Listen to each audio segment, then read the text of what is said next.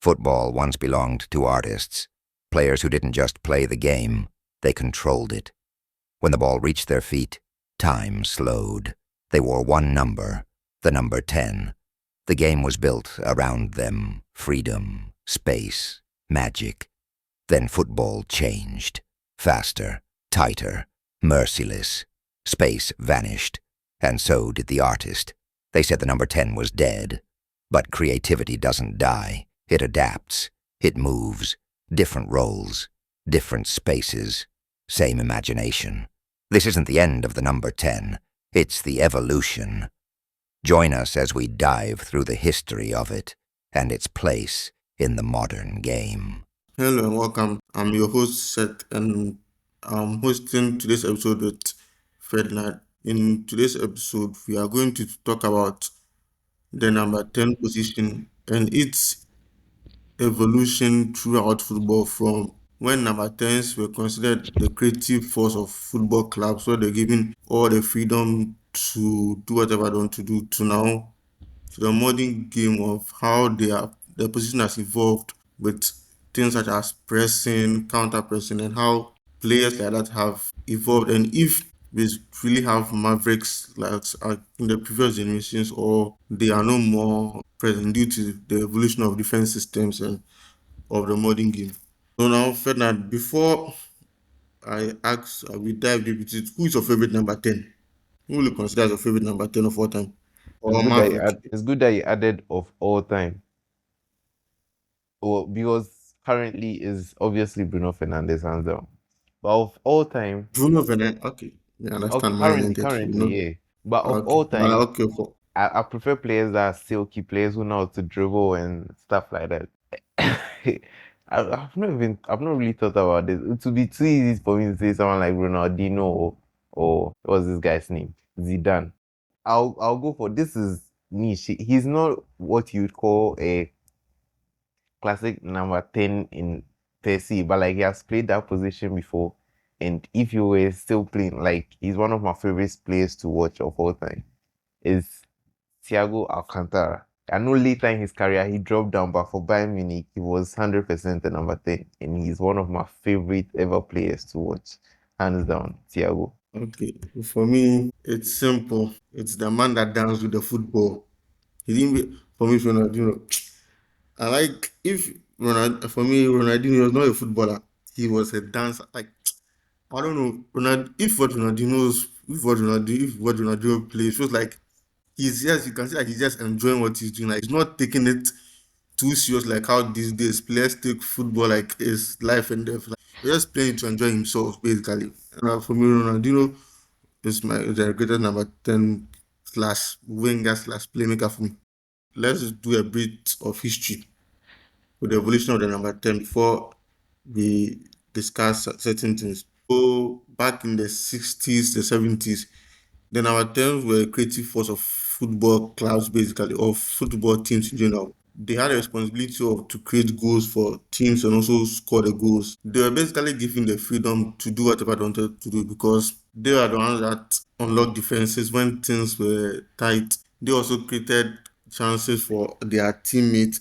Sometimes picked balls deep in their own half, then dribble out of players to score goals, like that, like Maradona's goal against England in the World Cup 1986. So these players were basically, you can also say that these players are the reason why many people love football, because they play with the flair, the swagger. They play a set of confidence which many people would not exhibit, or many people would be afraid to exhibit on a football field, because they'd be afraid of making mistakes. For example, Ronaldinho didn't care about when he was, even I wants to try rainbow flag, he wants to do step over, whatever he wants to do, he just did it with confidence. He was not thinking about, or maybe I might make a mistake and not do, like how nowadays players are not given the opportunities to be expressive. For example, I remember when Man City, I forgot who they won against, when Ryan Cherky did a Rabona kick for the assist for the Pep Guardiola was complaining about him showboating.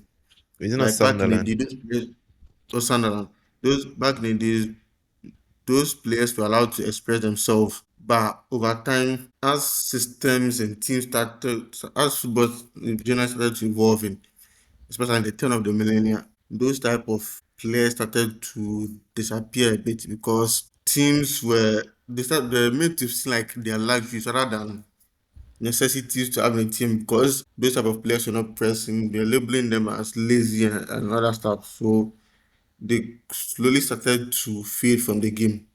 And I remember sometimes you watch those sports with like Sky Sports and stuff. Then I remember also getting to his time near at what's the name of at Arsenal. People started calling him lazy. They were saying that he was not pressing, that he was not being involved in the game and all sorts of things. So like due to modernization and stuff, they started to lose what they were known for basically. They had to adapt or to be extinct. So that is a brief history of it now. So now, Ferdinand, let me ask you, do you think players like Maradona and Juan Riquelme could exist in today's modern game where players who express themselves are seen as showboaters and like they are trying to disrespect the opposition team? Do you think players like that could survive in this era?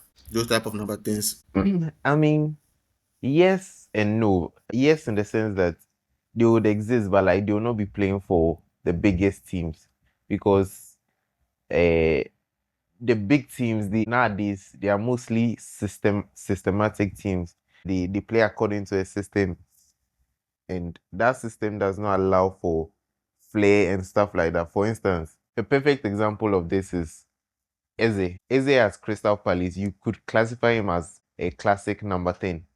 But once he moved to Arsenal, all the flair and stuff and those things, we are not seeing those type of things that he was producing at Crystal Palace. Because at Arsenal, there's a defined role for that particular number 10. Odegaard's role is to press, is to one touch pass and keep the ball moving, and is to create chances like through passing most of the time. Because nowadays the way the game is played, most of the if you are playing against if a good team is playing against a bad team, the bad team is defending like in a low block. They are not allowing space in the game, so there's not really much space for a number 10 to dribble.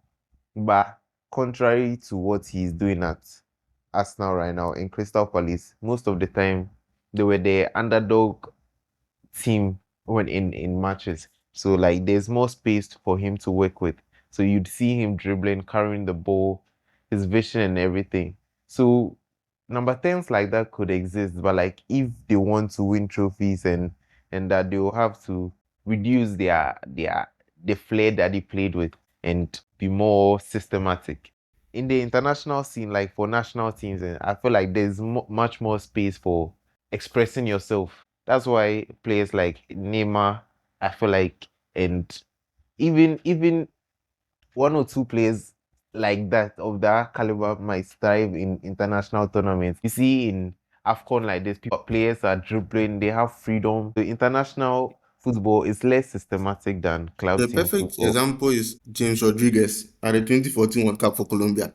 He was electric. I feel like he has become more of a country player than club player. I feel like he always performs well for Colombia in Colombia. international tournaments because I feel like he has that freedom than in club system where everything is rigid. And plus, in internationals, the systems are not complex. You see that the manager can be everybody sits at the back. When you get a ball, launch it up to the number to the best player to create something out of nothing. So I get a point. But I will say this. I think depending on how good the player was, I think his team will accommodate for him. But just that, for example, imagine um Arsenal has Ronald Arsenal had Maradona in their team. I was telling him that they would not try and accommodate for him to be able to express himself because they know what he has, skill he's possessed, and how he'll be able to unlock defenses. And I think even if they wouldn't have given him the number 10 piece, I think they would have either found a way to either play him on the left or on the right. I think that's what they would have done. Yeah. But as a number 10, I think it would have been difficult. Or they would Wait, have too. got other players to Okay. complement him. It's true in a sense, but like you have to look at the modern game and how the normally big teams play against if Arsenal is playing or Real Madrid or even Barcelona, 100% of the time the team they are playing against, they are all defending in a low block. And the low block does not allow space for those type of dribbling unless you are Messi. Now Messi is different, but Messi is not a Ronaldinho type who uses space and stuff like that to dribble. Let me know Ronaldinho's ability, but Messi is a different type of dribbler. Messi is similar to Maradona. So maybe Maradona could do it in the modern game, but like I feel like the space he has, he'd have to do more passing than dribbling, if you get what I'm trying to say. I get what you're saying. So now let's move on.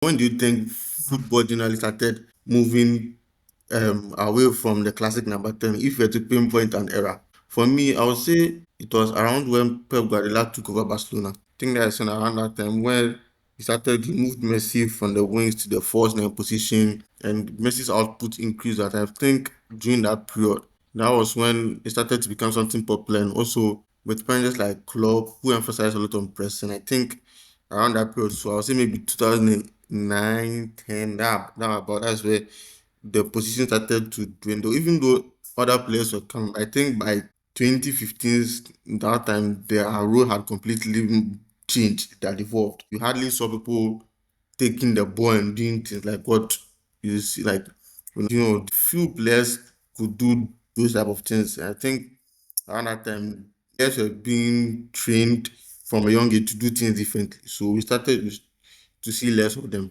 Eh, Me personally, I think it was when Pep came to Man City the first time because in Barcelona, Barca had a set style of play that they are tiki-taka, and at that time the world had not yet adjusted to that style of play. And from Barca, Pep went to Bayern, and at Bayern is not as exposed as the other leagues, so like less people were seeing what Pep was in the Bundesliga. But when he came to Man City, firstly, everybody in Spain had copied at the, like at that point, they've copied what Everybody in Spain, everybody their in the world. I blueprint. feel like wait, I'm coming shortcut, but I think the where it reached its peak was 2011. That final they played against Manchester United. I think from that part, that's where everybody was trying to copy and imitate that before he even moved to the Premier League. But I get what you're saying. When he moved to the Premier League, though, it became like everybody wanted to copy that stuff. I think Yes. this one started from 2011 when after that final where Barcelona outplayed Man United. I think after then people started to fall in love with it. Plus that was the same period where Spain won the Euros, the World Cup, and the Euros again. So I think that was that period around that time. I think it had more to do with Spain than it had to do with Barcelona. Because Barcelona, you could argue that even around the time 2015, at that point, Pep was not at Barca. I think he was at Bayern at that point. 2015, there were still a lot of flair players, and the flair players or flair player, like the most flairiest player, if that's a word, Neymar was at his peak at Barcelona. And come on, Neymar as Barcelona is not the type of player you would want to you would want Neymar to express himself. So I feel like it was later that people it mostly started from La Liga, but yeah, it expanded when they got more exposure. People started seeing evidence of their passing game winning trophies. So everybody wanted to copy that formula. So I think that is it. Okay, let me ask, do you think pressing is the biggest reason why the classic number 10 disappeared? It's an easy it's oversimplistic saying that. Nah, well, it probably is oversimplistic because for in a team, Liverpool, that was their whole ideology. They praise and But before, that Liverpool team didn't have a classic number 10. yeah, they The did. They Coutinho. did wait, but I'm saying the team that started winning trophies didn't have a classic Oh number yes, 10. yes, that was when the team evolved. But like you could argue that now, okay, Firmino was a similar Firmino type was a of player, but striker. I was not yeah, he was he just a was a link up false player. nine. He was a Yeah, he false was nine, and but false that's nine. my point that then they how do I say it? That showed so that yeah they need everybody needed to press really and at that point Eh, Mohamed Salah, all of them, they're all pressing for the best good of the team. I think, yeah, in a way, I'll not say it killed the classic number 10, but it helped reduce their appeal for many managers because many managers feel Yeah, like if the flair player doesn't produce, say Coutinho in a match, it's just a stinker. For example, a classic example is Mbappe. Even though Mbappe is not number 10 PC, but he doesn't like to press. And when he doesn't press, Real Madrid, it become easy to play through. So I think in a way, it did somehow kill not only the classic number 10, but say it helped reduce creativity because everything was yeah. more structured. Before we move on, do you think modern football sacrificed creativity for due to the sake of structure, similar to what I just said earlier? Uh, yes. Well, at the point Tiki Taka came about, it was new, so everybody fell in love with it. Right now, it's not necessarily Tiki Taka everybody is playing, but like possession type of football. It has become oversaturated and I think people, one typical example is Arsenal. Sometimes watching Arsenal plays like watching paint dry. So boring. It's true. yeah, it's Sometimes like everything is so sideways and back. There's no creativity. Everything so feels dull. Sometimes watching Arsenal play is very boring. yeah, but you can't really blame them. It's also the teams that play against them that also want to defend. Example is like if you see that Bayern Munich game, Arsenal did not play how they would normally play. They were expansive. They played through because Bayern Munich didn't sit back and defend throughout the entire game. So yeah, no, I was basically that it's a double-edged sword. If you want more expansion, then the defending team too has to try and be expansive. They will also have to try and attack a little bit more. But don't you think a creative maverick number 10 would do that for them? Unless the other team is courageous. See, Bournemouth is that type of courage that will make those type of teams lose games. For instance, against Manchester City, they pressed high and they conceded. So most teams want to like, how do I put this? They would want to Sit back and preserve, defend. yes, sit back and defend in order to try and get the results rather than going for the win. Well, Okay, so my next question is do you think that somehow number 10s ended up becoming wingers? Some number 10s ended up becoming wingers. Because if you look at modern football nowadays, it feels like most teams' creations usually come from the wings. yes. Attacking responsibility shifted to wingers, and it was not just for goal scoring, it was also for creation. Liverpool, it felt like Liverpool, we keep. Now, let me use a different team. Bayern Munich. Pep's Bayern Munich had, what's his name? Robin. And Robin. Yeah, Robin on the right side, Ribery on the left side, and a classic number 10. At that point, they had no need for a classic number 9, Lewandowski. Yeah. So that was when they dropped Thiago Alcantara from number 10 into the midfield role gradually. So it was a gradual evolution. If your wingers are now your creative players, then there's less responsibility on that player. So that player, that number 10 player gets a different role. So he's transitioned into a number 8 who is now pressing, getting the ball and taking a player like Iniesta would have been a number 10 if players like Messi or Neymar were in the team. I feel like because Iniesta he had a In fact, oh yeah, speak. this one is similar. Pedri is similar because Pedri can actually play as number 10, but now he plays Yeah, as a deep line midfielder. When because he's of still able to transit from time to time and able to create assists and stuff for people. So I get yeah what you're saying. I get what you're saying. yeah Because the creative responsibility ended up shifting to other people, they had to evolve to do other things, which were not necessarily the case. And let me ask, for yeah. example, even though we are saying that the classic number 10 is dead, how do you consider them the modern number 10? People like Florian Wirtz and stuff. They are easy on the eye. They are silky footballers. They know how to play football. Their role is different from. I won't. Nah, it's not really different, but like they are not as, how do we call it? They are not as free. Their role is pass and move, get the ball, pass and move, get the ball, and move into They are space and not try and create a. more on the of how do I say, they don't spend like Like how Maradona could take the ball and dribble about 4 or 5 people. Don't Yeah, usually do those things nowadays. Like they are made to keep things simple rather than to yeah, overcomplicate things. yeah. And I feel like it mostly too it comes from growing up.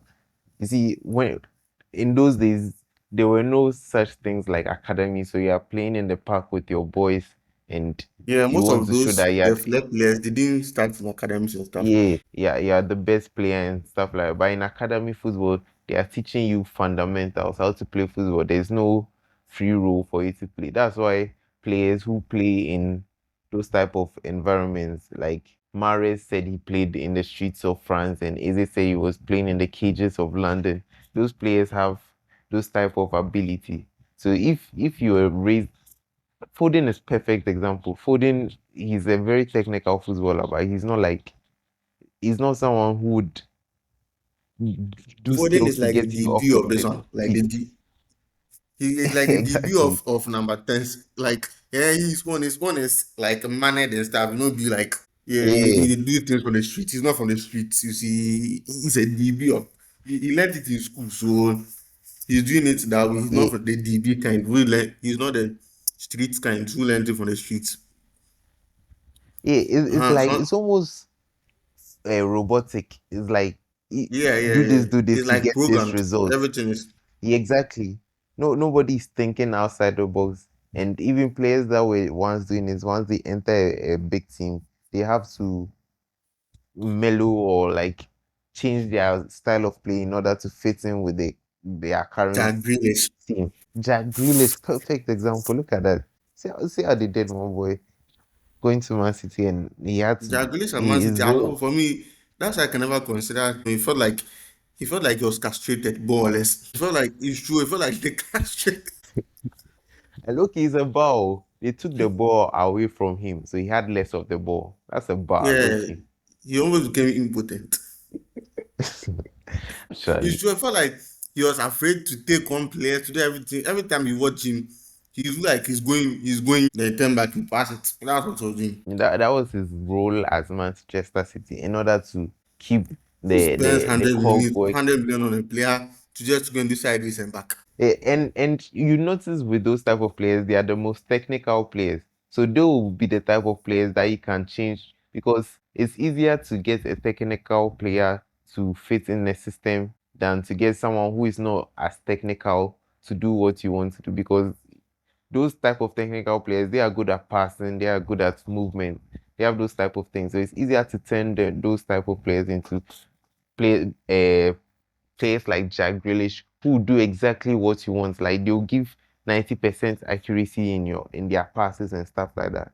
But that's not how we fell in love with those type of players, unfortunately.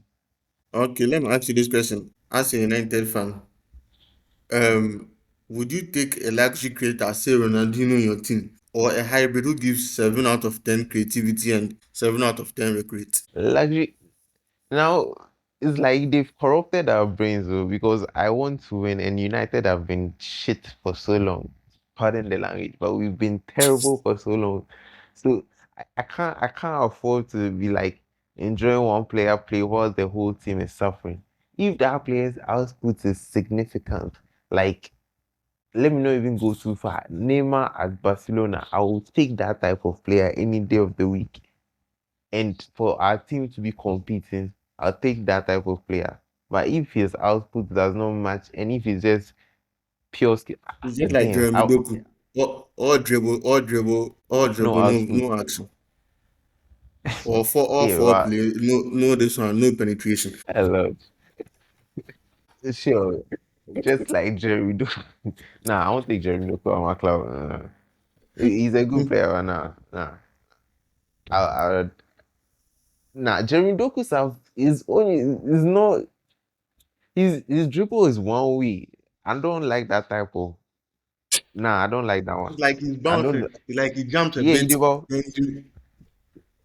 yeah, Yeah, I know. I don't. I want variety in the dribble. Like for Pogba, we ruined that guy. But he wasn't a number 10, but he could have been. But we ruined Manchester United ruined that guy. He Your could have club is like you did a deal with the devil. Anybody that comes behind, they no fine. Our Red literally. Devils, the devil nice in the name, so that's what it is. And then let me ask you, who do you think is currently um who do you think is currently like closest to the free number 10, like in the current modern game, or I think those Eh, players don't exist anymore? nah, it's hands down Checky. But he's I'm afraid for you. Make then, as how would you do the Rabona and your coach will tell you not to do Rabona again? How, like literally extracting the creativity from the player. Like, what's Pep they do? They vex me. I saw that in Guardiola, that Pep quote. Guardiola has this, he has this thing of, if you are not Messi, he doesn't want you to be doing certain things. He does how, yeah, he has that thing. If you are not Messi and you try certain things, like it's annoying him. I don't know why, but Now, maybe he just likes Messi so much that that's because nah, Pep, Pep is sometimes it so feels like weird. that. Yeah, but apart from Czechie, can we think of any other player like that?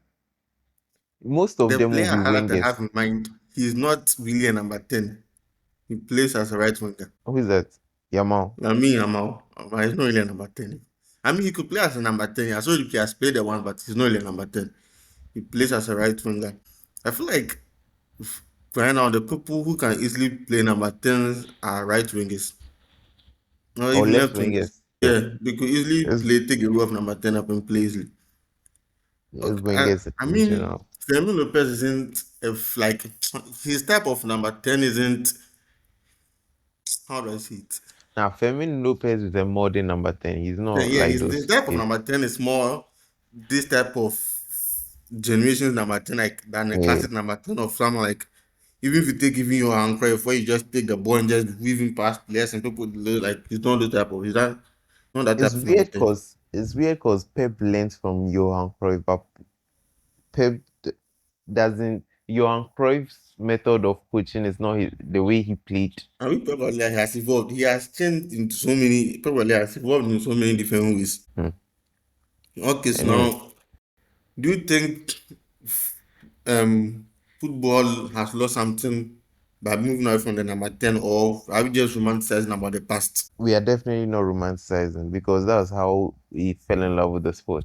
I remember when I was a kid, that was the only thing I watched on YouTube.